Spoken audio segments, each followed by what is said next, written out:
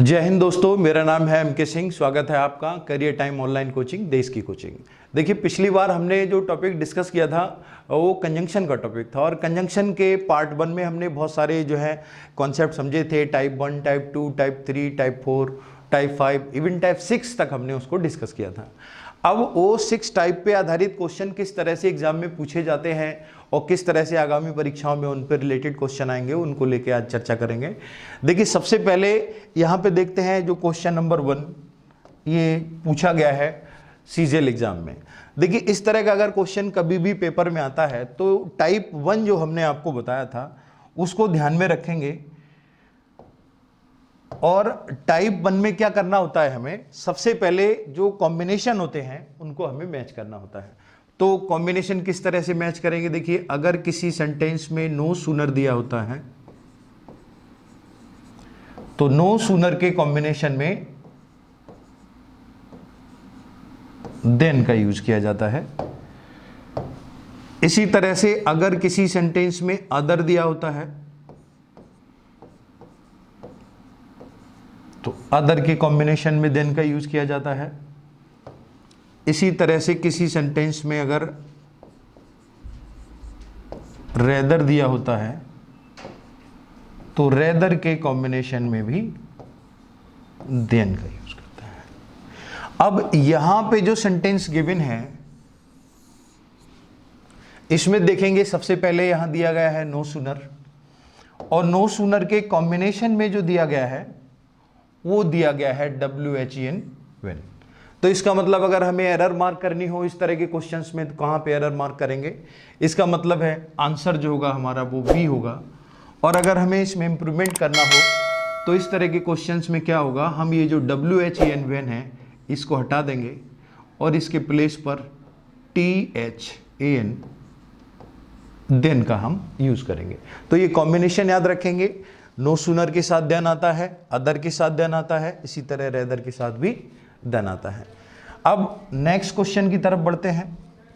देखिए, next question जो दिया गया है वो है unless you do not obey your Elder you will not succeed in your life. तो इस तरह के क्वेश्चन में मैंने आपको कुछ वर्ड बताए थे, जैसे unless, until, hardly, rarely, barely, scarcely, seldom, lest. ये निगेटिव वर्ड होते हैं और अगर इनके साथ में कोई दूसरा निगेटिव वर्ड आ जाता है तो फिर वो गलत हो जाता है। तो यहां पे हम देखेंगे कि अनलेस जो दिया गया है और अनलेस के कॉम्बिनेशन में क्या दिया गया है? Do not. तो इसका मतलब है कि अगर किसी सेंटेंस में unless, until, hardly, rarely, barely, scarcely इस तरह का कोई वर्ड आता है और उसके बाद में कोई भी नेगेटिव वर्ड आ जाए तो फिर वो गलत होता है। तो इसको यहाँ पे आप नोट भी कर सकते हैं। देखिए, ये वर्ड मैंने पिछली क्लास में आपको लिखवाए भी थे। Unless, until, hardly,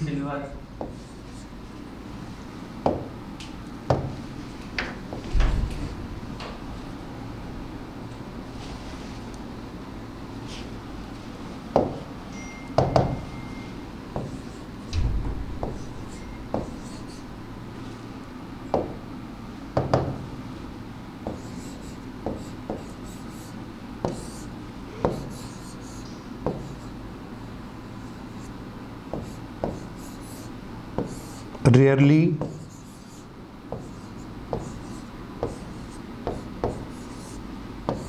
वेयरली,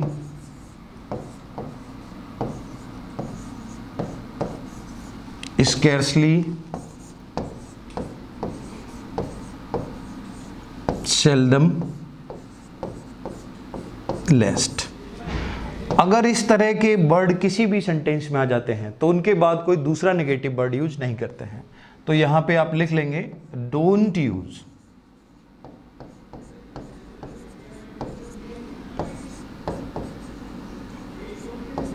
other negative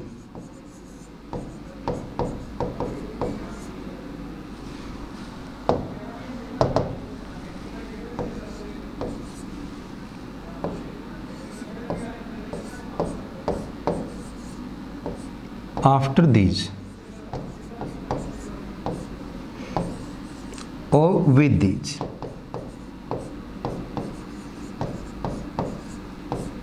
तो इस कॉन्सेप्ट पे आधारित क्वेश्चन पूछे जाते हैं। तो इस तरह से क्वेश्चन क्लियर हो गया होगा कि अगर यहाँ अनलेस दिया है तो अनलेस के साथ में नॉट नहीं आएगा, इसका मतलब जो आंसर होगा हमारा वो पार्ट ए होगा, ए पार्ट में एरर होगी। अगले क्वेश्चन की तरफ बढ़ते हैं। अब देखिए नेक्स्ट क्वेश्चन जो दिया गया है वो दिया गया है, hardly had I reached the exhibition where I learn about the major robbery. तो इस तरह के क्वेश्चन देखिए अगर कहीं बनते हैं तो ये कॉन्सेप्ट मैंने आपको बताया था पिछली क्लास में कि जब भी हम हार्डली की बात करेंगे तो हार्डली के कॉम्बिनेशन में जो यूज होता है वो WHEN वेन होता है। इसी तरह से अगर कहीं बेयरली आ जाता है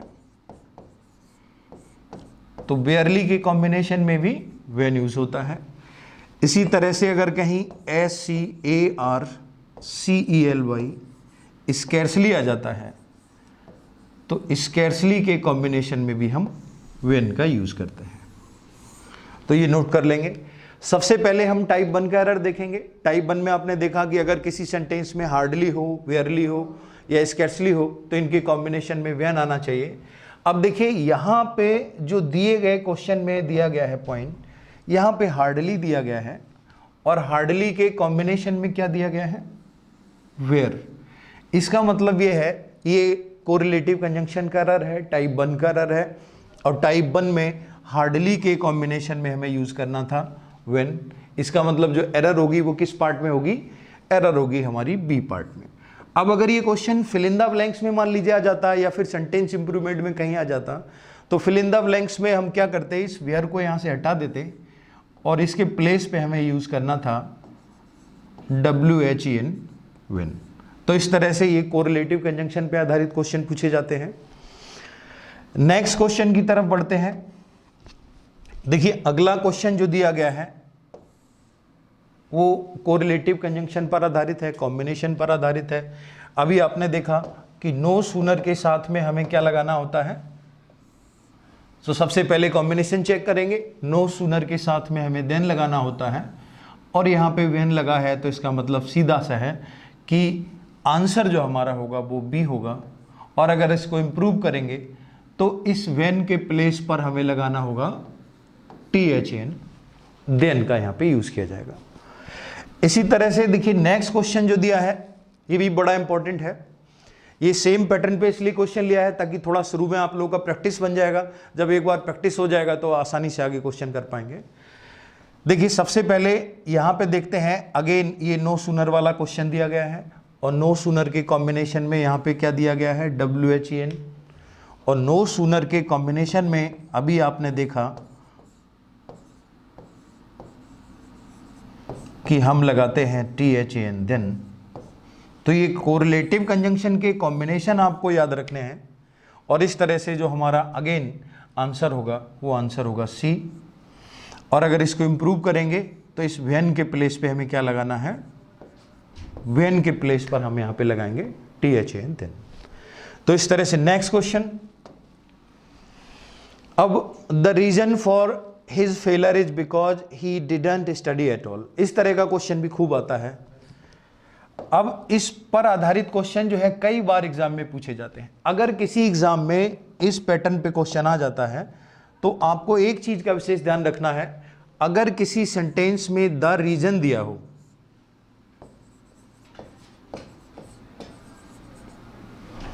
या फिर द रीजन वाई दिया हो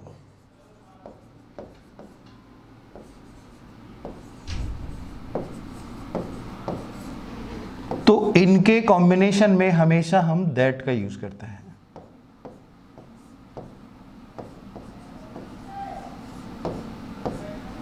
सबसे इंपॉर्टेंट बात तो ये याद रखेंगे। दूसरा एक चीज और यहां पे देखिए की पॉइंट रहेगा कि अगर द रीजन का क्वेश्चन पेपर में होगा तो उसमें बिकॉज जरूर दिया होगा।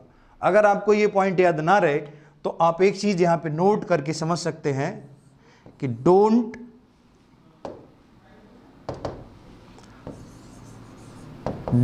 यूज बिकॉज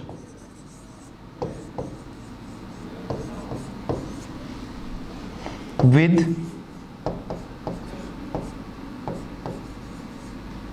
the reason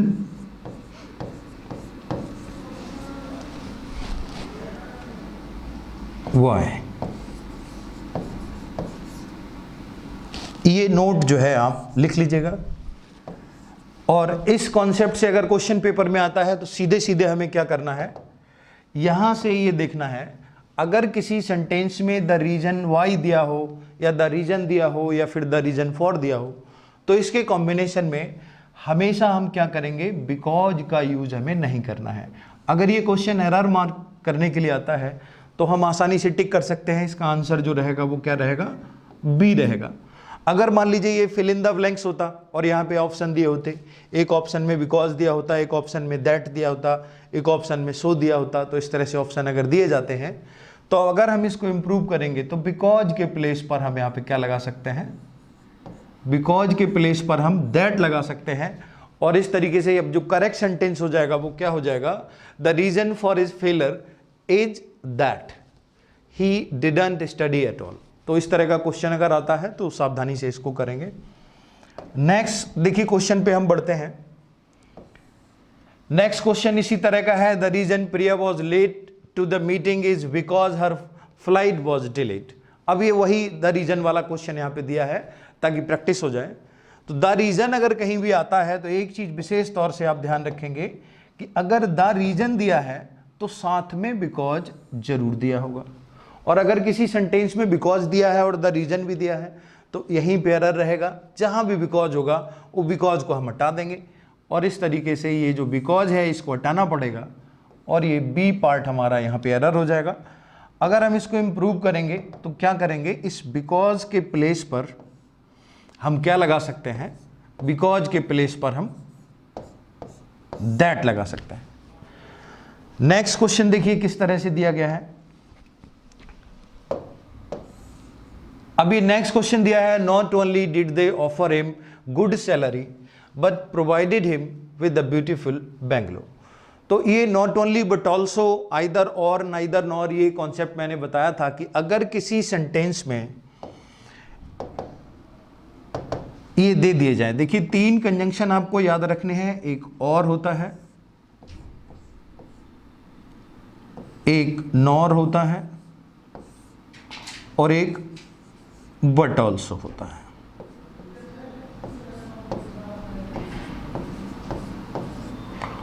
अगर किसी सेंटेंस में ये कंजंक्शन दिए रहते हैं तो इनके दोनों तरफ समान पार्ट ऑफ स्पीच होना चाहिए। अर्थात अगर इसके बाद कोई नाउन दिया है तो इसके पहले भी नाउन होना चाहिए, और अगर इसके बाद कोई वर्ब दिया है तो इसके पहले भी वर्ब होना चाहिए। इसी तरह से अगर इसके बाद कोई एडवर्ब दिया है तो इसके पहले भी एडवर्ब होना चाहिए। तो जो भी पार्ट ऑफ स्पीच दिया रहेगा इसके बाद में, वही पार्ट ऑफ स्पीच इसके पहले होना चाहिए। अब ये पार्ट ऑफ स्पीच इसके पहले कहां तक होना चाहिए, देखिए सबसे पहले हम क्या करते हैं, जो नॉट ओनली है, देखिए इसको एक बॉक्स बना लेते हैं। इसके कॉम्बिनेशन में देखिए आता है व्हाट ऑल्सो। तो सबसे पहले तो हमने देखा कि नॉट ओनली के कॉम्बिनेशन में बट ऑल्सो आता है, और यहां पे बट के साथ में ऑल्सो दिया है, नहीं दिया है। तो इसका मतलब है फिर ये सीधा सीधा टाइप 1 का क्वेश्चन हो जाएगा और हमारा ये बी पार्ट जो है वो आंसर हो जाएगा। अगर इंप्रूव करेंगे तो बट के बाद में हम यहां पे ऑल्सो वर्ड का यूज करेंगे। नेक्स्ट क्वेश्चन देखिए। अब नेक्स्ट क्वेश्चन में आते हैं, ये दिया है while an electron carries a negative electrical charge a neutron is neutral. तो यहां पे देखिए एक कंजंक्शन रहता है व्हाइल और एक कंजंक्शन रहता है व्हेन। हम व्हाइल का यूज वहां करते हैं जहां पर दो क्रियाएं एक साथ हो रही हो, जहां भी दो एक्शन एक साथ होते हैं। एक घटना तब हो जाए जब दूसरी घटना हो रही थी, तो इस तरह की स्थिति में हम व्हेन और व्हाइल का यूज करते हैं। और यहाँ पे ये व्हाइल अगर दिया गया है तो ये साइमल्टेनियस एक्शन हो रहा है, इसका मतलब इस सेंटेंस में कोई एरर नहीं है। अब देखिए नेक्स्ट क्वेश्चन जो दिया गया है, नेक्स्ट क्वेश्चन में दिया है she has had the best medical facilities available but she will not be cured unless it does not has a strong desire to live. तो अगेन यहां पे देखिए क्वेश्चन आ गया हमारा, अगर किसी सेंटेंस में, ये तो वर्ड आप रट लीजिए, unless, until, hardly, rarely, वेरली, scarcely, seldom, lest, अगर इनके बाद कोई भी नेगेटिव वर्ड आ जाए, नो, नॉट, नथिंग, इस तरह से कोई वर्ड आता है तो वही आपका आंसर रहता है। अब क्योंकि हमें ये नॉट हटाना है तो इसका मतलब है कि डज भी हटाना है, तो ये डज नॉट पूरा यहां से हटा दिया जाएगा और सेंटेंस का जो सी पार्ट होगा ये हमारा आंसर हो जाएगा। उसके बाद देखिए नेक्स्ट क्वेश्चन जो दिया गया है, my brother along with his friends are going on a tour. अब देखिए टॉपिक रहेगा सब्जेक्ट वर्ब एग्रीमेंट का, तो सब्जेक्ट वर्ब एग्रीमेंट के टॉपिक में आपको कुछ कंजंक्शंस रहेंगे, उनके अकॉर्डिंग हम वर्ब का निर्धारण करते हैं, वो कॉन्सेप्ट आएगा। यहां पे देखिए अगर किसी भी सेंटेंस में दो सब्जेक्ट जो है वो जोड़े जाएं along with से, किससे जोड़े जाएं? along with से, या फिर in addition to से,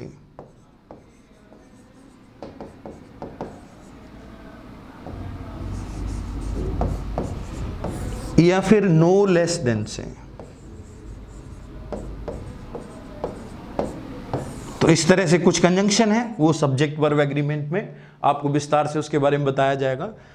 अगर कोई भी दो सब्जेक्ट जोड़े जाते हैं along with से, in addition to से, no less than से, तो हमें क्या करना होता है कि always use verb according to first subject। इसमें क्या करना होता है? always use verb according to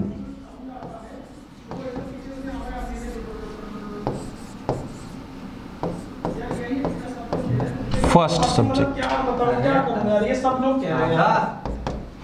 अब फर्स्ट सब्जेक्ट हमारा यहां पे क्या है? देखिए जो पहला सब्जेक्ट दिया है वो है माई ब्रदर, और जो दूसरा सब्जेक्ट है वो क्या है? His friends. तो अब हमें जो वर्ब लगाना है वो वर्ब किसके अनुसार लगाना है? फर्स्ट सब्जेक्ट के अनुसार। और फर्स्ट सब्जेक्ट हमारा क्या है? My brother. ये सिंगुलर है, इसका मतलब है जब माई ब्रदर सिंगुलर है तो यह वर्ब भी सिंगुलर होना चाहिए। अगर हम एरर मार्क करेंगे तो इस तरह से हमारा जो सी पार्ट होगा इसमें एरर होगा, और अगर इसको इंप्रूव करेंगे तो आर के प्लेस पर हम यहां पर इज का यूज करेंगे। सिंगुलर वर्ब जो टेंस दिया है उसी टेंस में इसको आगे बढ़ाएंगे। नेक्स्ट क्वेश्चन देखिए क्या है। अब नेक्स्ट क्वेश्चन दिया है sooner had he come his colleague organize a get together. तो इस तरह से भी क्वेश्चन दे दिया जाता है। देखिए कभी भी सूनर वाला अगर क्वेश्चन आ जाए तो हमेशा याद रखेंगे कि सूनर नहीं रहेगा, ये कॉम्बिनेशन में हमेशा नो सूनर रहेगा, और नो सूनर के कॉम्बिनेशन में हमेशा हम THAN देन का यूज करते हैं। जो गिवन सेंटेंस है इसमें केवल सूनर दिया है। अब देखते क्या इसके कॉम्बिनेशन में कहीं भी देन दिया है, और अगर देन नहीं दिया है तो फिर इसका मतलब इसमें गलती है। तो यहाँ पे इंप्रूवमेंट अगर करेंगे तो ये ए पार्ट में गलती होगी, और इसमें क्या करना होगा कि सूनर के प्लेस पे हमको लिखना होगा नो सूनर।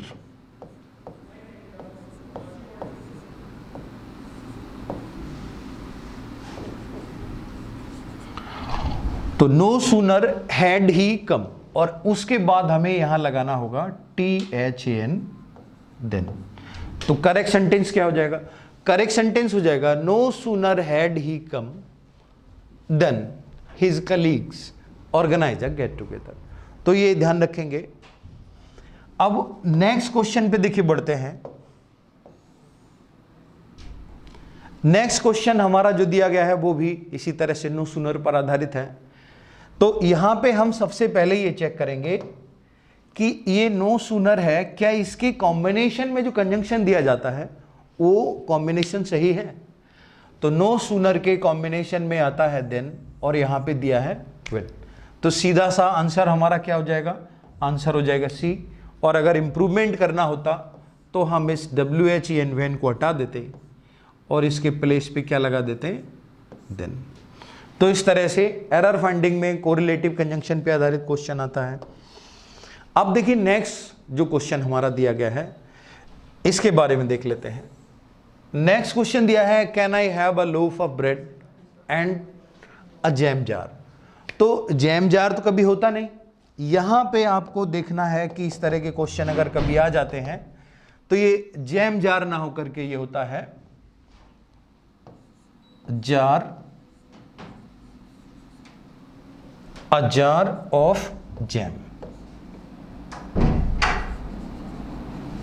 तो इस तरीके से सी पार्ट जो है हमारा वो आंसर हो जाएगा। अब देखिए नेक्स्ट क्वेश्चन जो दिया गया है ये भी सीजीएल एग्जाम में पूछा हुआ क्वेश्चन है। अगेन देखिए, the reason Janet came dressed as Lady Gaga was because she had been told it was a costume party.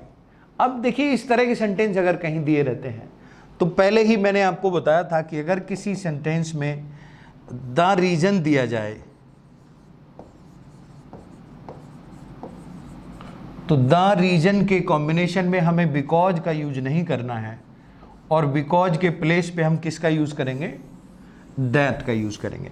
तो सबसे पहले देखेंगे जहां भी बिकॉज दिया गया है वो बिकॉज को हटा देंगे और बिकॉज के प्लेस पे हमें क्या लगाना है, दैट। तो इट मीन्स क्या है, ये जो बिकॉज है इसको हमें हटाना होगा और जब बिकॉज को हटा देंगे तो एरर हमारी किस पार्ट में हो जाएगी, एरर हो जाएगी बी पार्ट में।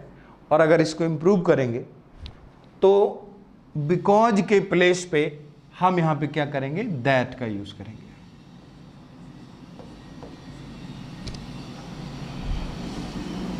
नेक्स्ट क्वेश्चन देखिए। अब नेक्स्ट क्वेश्चन में यहां पे दिया गया है she ordered the servant to fire a salute and had the gates open. देखिए ये जो कंजंक्शन एंड है ये कोऑर्डिनेटिंग कंजंक्शन है और कोऑर्डिनेटिंग कंजंक्शंस में मैंने आपको बताया था पिछली क्लास में कि कोऑर्डिनेटिंग कंजंक्शंस जो होते हैं वो हमेशा दो या दो से अधिक ऐसे सेंटेंसेस को जोड़ते हैं जो इक्वल ऑर्डर या इक्वल रैंक के सेंटेंसेस हों, अर्थात सेंटेंस का जो नेचर होगा वो समान होना चाहिए। अब देखिए जो पहला वाला सेंटेंस दिया है ये फायर अ सैल्यूट, ये इंपरेटिव सेंटेंस दिया गया है। अब बाद वाला हैड द गेट ओपन, तो इसको क्या करना है, इसको भी इंपरेटिव में चेंज करेंगे। तो जब इसको इंपरेटिव में हम चेंज करेंगे, दोनों का जब नेचर सेम होगा तो ये हैड द गेट ओपन्ड की जगह पे हो जाएगा ओपन द गेट्स। तो करेक्ट सेंटेंस इस तरीके से हो जाएगा she ordered the servants to fire a salute and open the gates. तो इस पर क्वेश्चन आ जाता है, एक क्वेश्चन और इस तरह का दिया गया है, सीजीएल में ये पूछा गया था। अब देखिए नेक्स्ट क्वेश्चन है when he was walking along the road a wild and ferocious dog knock him down. अब देखिए क्वेश्चन दिया गया है, अब यहाँ पे देखना यह है कि ये जो एक्शन है, एक है वॉकिंग और एक जो फेरोसियस डॉग है वो अटैक कर रहा है। तो क्या ये दोनों घटनाएं साइमल्टेनियसली हो रही हैं? एक व्यक्ति टहल रहा है और उसके साथ साथ एक कुत्ता आता है और उसको जो है अटैक कर देता है। तो इस तरह के एक्शन अगर कहीं भी होते हैं तो वहाँ पे हम वाइल का यूज़ करते हैं और ये वेन को हम यहाँ से हटा देंगे, WHILE वाइल। तो एरर हो जाएगा ए, और अगर इंप्रूव करेंगे तो वेन के प्लेस पे हम यहाँ पे वाइल का यूज़ करेंगे। अब देखिए नेक्स्ट क्वेश्चन की तरफ बढ़ते हैं। अगला क्वेश्चन देखिए दिया गया है the CM said that it was his decision and that nobody could get it changed। तो अगर किसी सेंटेंस में यहाँ पे कोऑर्डिनेटिंग कंजंक्शन दिया जाता है, कोऑर्डिनेटिंग कंजंक्शन यहाँ पे देखिए दिया गया है एंड, ये जो एंड है ये कोऑर्डिनेटिंग कंजंक्शन है और किसी भी कोऑर्डिनेटिंग कंजंक्शन के साथ में अगर हम दैट का यूज़ करते हैं तो फिर वो गलत हो जाता है।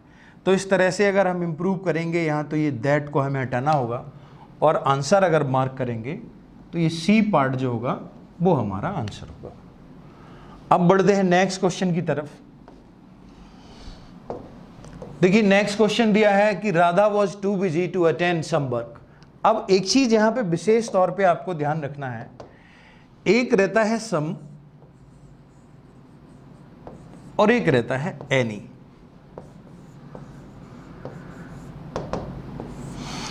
ये जो सम है ये पॉजिटिव सेंस में यूज किया जाता है और ये जो एनी है ये नेगेटिव सेंस में यूज़ किया जाता है।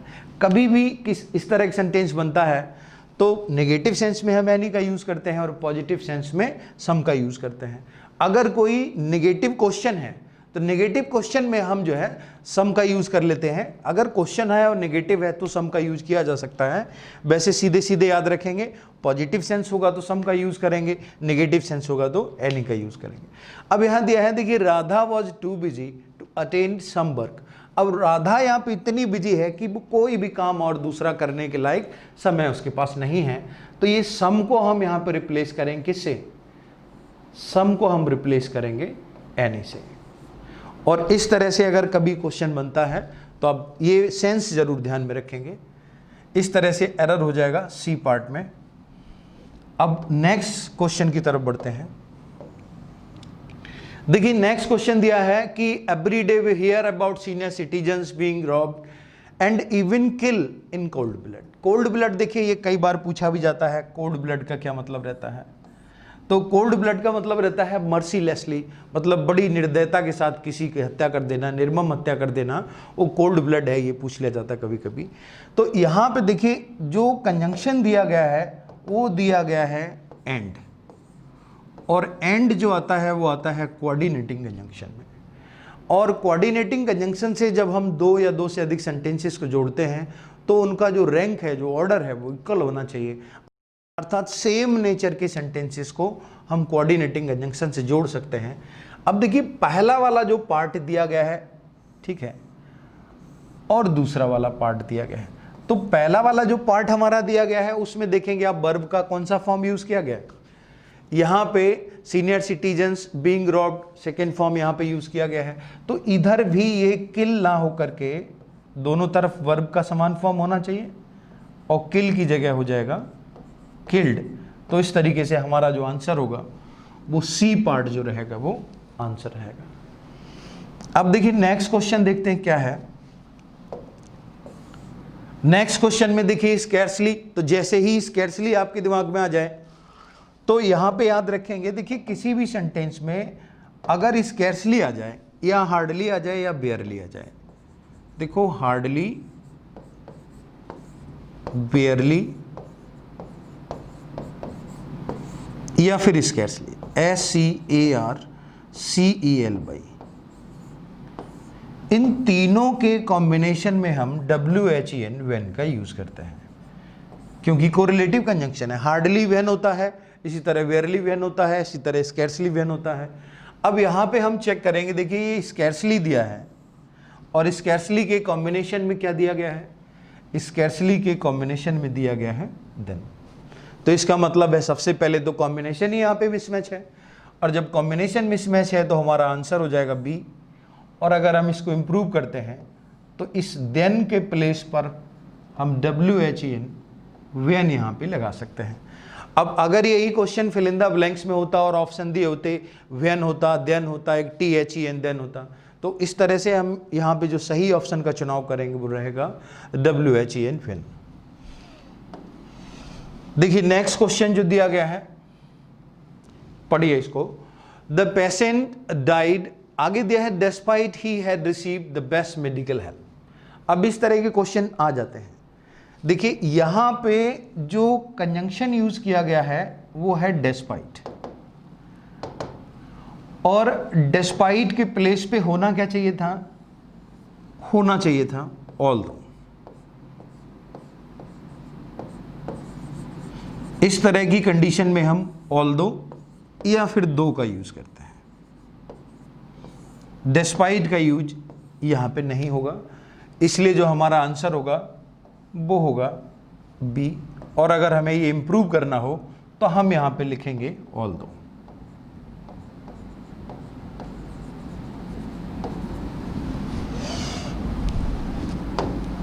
उसके बाद देखिए नेक्स्ट क्वेश्चन जो दिया गया है, I think so you have taken the right decision.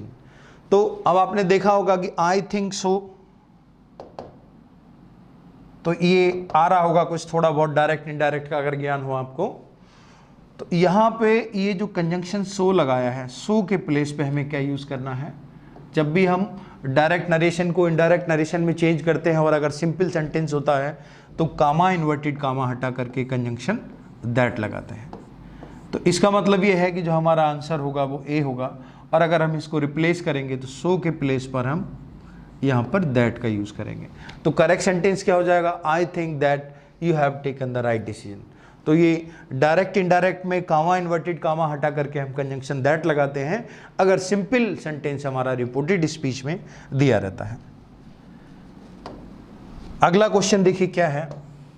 अगला क्वेश्चन दिया है due to his negligence he failed in the examination. तो ये क्वेश्चन कई बार पूछा गया है। यहां पे देख कर ये बताना है कि किस पार्ट में एरर है। यहां पे दिया है कि उसकी लापरवाही के कारण वो एग्जाम में फेल हो गया। तो लापरवाही के कारण तो बच्चे फेल होते ही हैं, तो बात भी बिल्कुल ठीक है और ये सेंटेंस भी बिल्कुल ठीक है, इसलिए इस सेंटेंस में कोई भी ग्रामेटिकल या कंजंक्शन का एरर नहीं है। नेक्स्ट क्वेश्चन की तरफ बढ़ते हैं। देखिए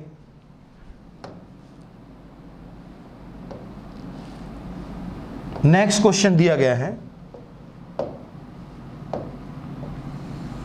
we will pack not only the material properly but will also deliver it to your valued customer। अब ये कॉन्सेप्ट मैं अभी थोड़ी देर पहले आपको यहां पे बताया था कि अगर किसी सेंटेंस में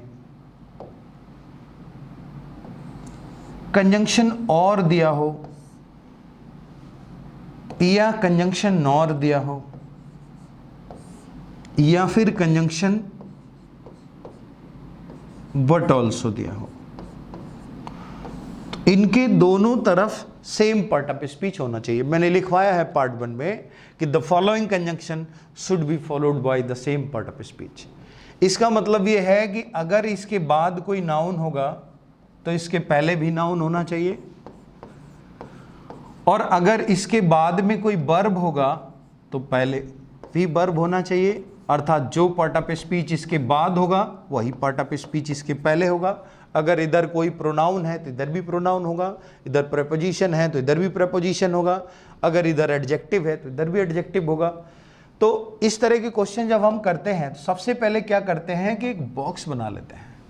देखिए यहां पे जो नॉट ओनली दिया है इसके कॉम्बिनेशन में दिया गया है बट ऑल्सो।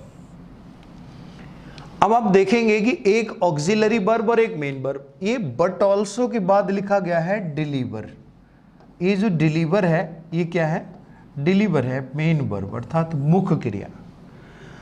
जब बट ऑल्सो के बाद मेन वर्ब दिया है तो इसका मतलब नॉट ओनली के बाद भी मेन वर्ब होना चाहिए, और यहां पे जो मेन वर्ब है वो क्या है, पैक। तो इसका मतलब है कि ए पार्ट जो है वो हमारा गलत है। अगर हम इसको इंप्रूव करेंगे तो ये नॉट ओनली आ जाएगा पहले और ये जो पैक है ये आ जाएगा बाद में। तो इस तरीके से करेक्ट सेंटेंस क्या हो जाएगा, करेक्ट सेंटेंस हो जाएगा we will not only pack the material properly. तो इसका मतलब किस पार्ट में एरर हो जाएगा, ए पार्ट में। इस पर आधारित क्वेश्चन बहुत पूछा जाता है। अभी एक एग्जाम्पल इसमें और दिया है इससे रिलेटेड। देखिए नेक्स्ट जो क्वेश्चन है वो इसी पर आधारित है। यहां पे हम देखेंगे सबसे पहले यहां पे जो दिया गया है, देखिए नॉट ओनली दिया गया है और नॉट ओनली के कॉम्बिनेशन में देखिए बट ऑल्सो दिया गया है।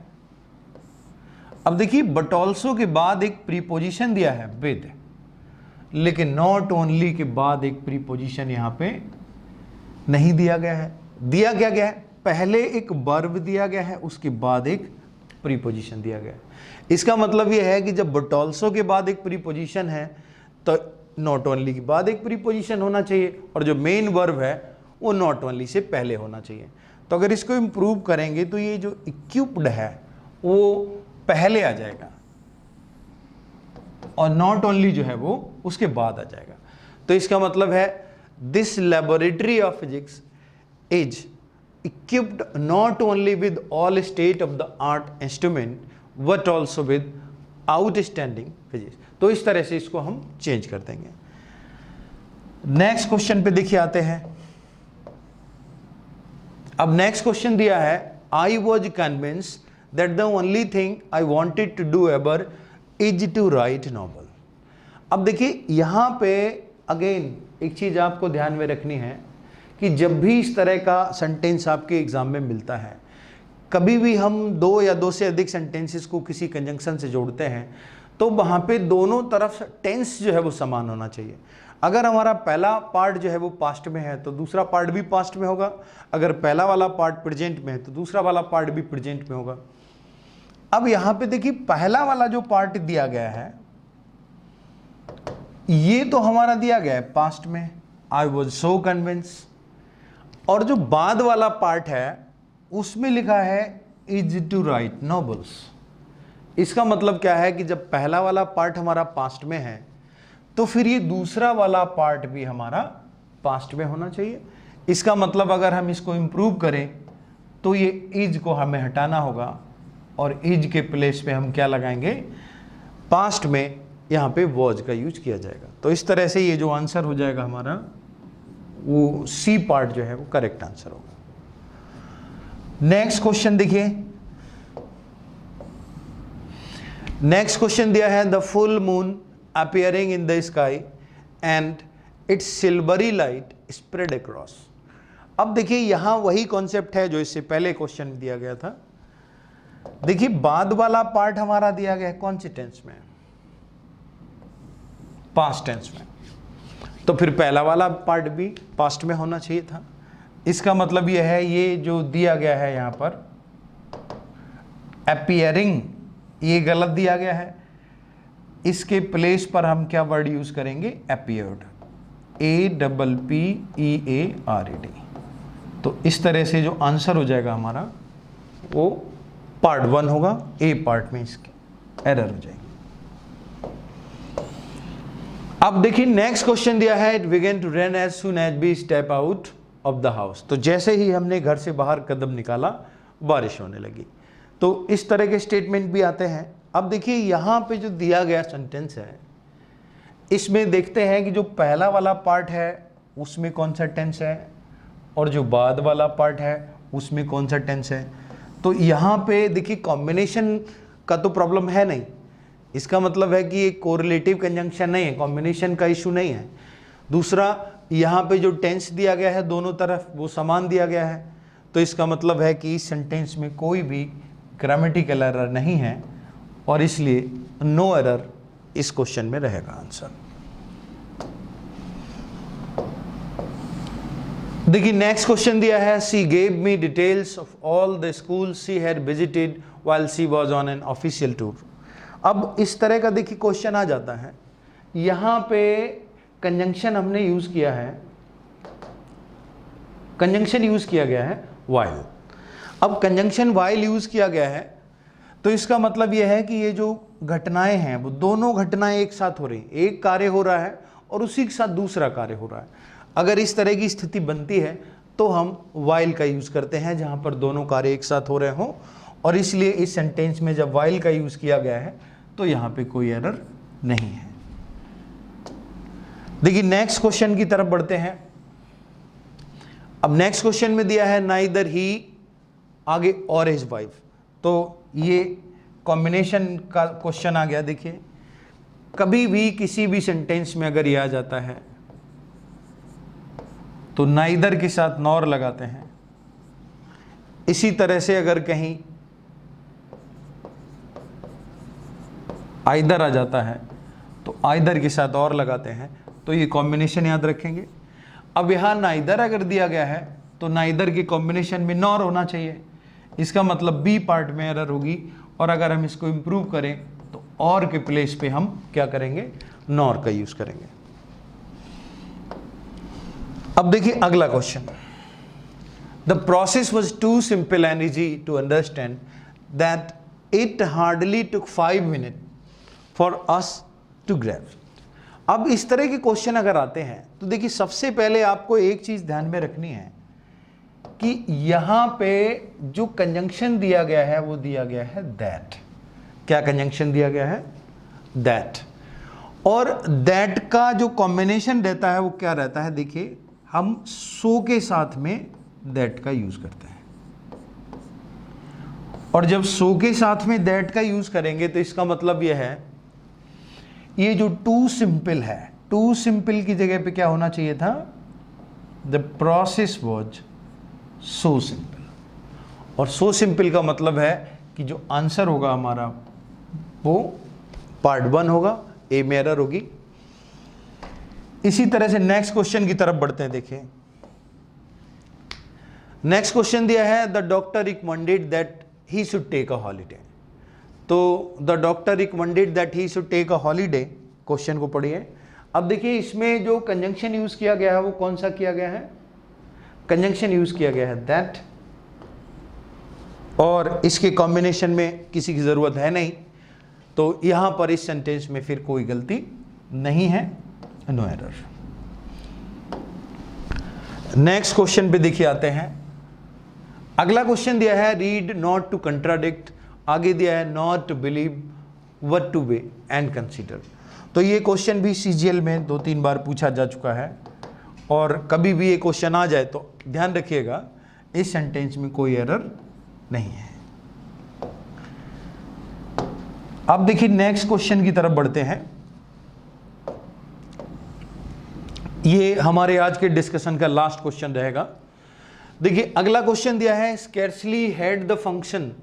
तो अगर किसी सेंटेंस में स्कैर्सली वर्ड आ जाता है तो आपके दिमाग में तुरंत आ जाना चाहिए कि अगर स्कैर्सली होगा, हार्डली होगा, तो इसके कॉम्बिनेशन में हम किसका यूज करेंगे, व्हेन का यूज करेंगे। अब सबसे पहले कॉम्बिनेशन चेक करते हैं। देखिए कॉम्बिनेशन में स्कैर्सली के साथ क्या दिया गया है, कॉम्बिनेशन में स्कैर्सली के साथ दिया गया है देन, और जबकि होना क्या चाहिए था, व्हेन। तो ये हमेशा याद रखेंगे, SCARCELY।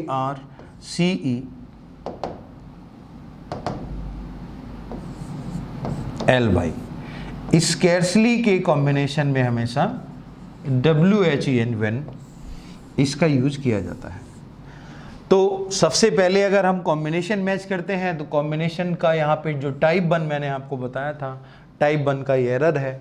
और अगर इसमें इंप्रूवमेंट करना हो, मान लीजिए अगर ये फिल इन द ब्लैंक्स में होता, ऑप्शन ए में लिखा होता व्हेन, ऑप्शन बी में लिखा होता देन, ऑप्शन सी में लिखा होता THEN देन, और ऑप्शन डी में लिखा होता दैट। तो सही आंसर का चुनाव कैसे करेंगे, सही आंसर का चुनाव ऐसे करेंगे, स्कैर्सली के कॉम्बिनेशन में व्हेन का यूज होता है। इसका मतलब जिस ऑप्शन में व्हेन दिया होगा वो आंसर सही होगा, और देन के प्लेस पर हम यहाँ पे क्या लगाएंगे, देन के प्लेस पर हम व्हेन का यूज करेंगे। तो यहाँ पर देखिए कंजंक्शन के पार्ट 1 में हमने जो कॉन्सेप्ट डिस्कस किए थे उसमें टाइप 1 का जो कॉन्सेप्ट था वो कॉम्बिनेशन पे आधारित था।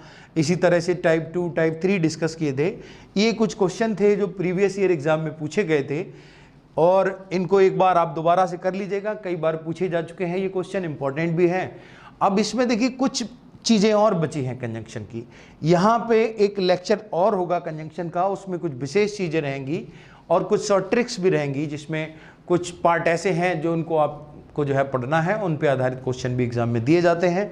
देखते रहिए करियर टाइम ऑनलाइन कोचिंग, देश की कोचिंग। Thank you.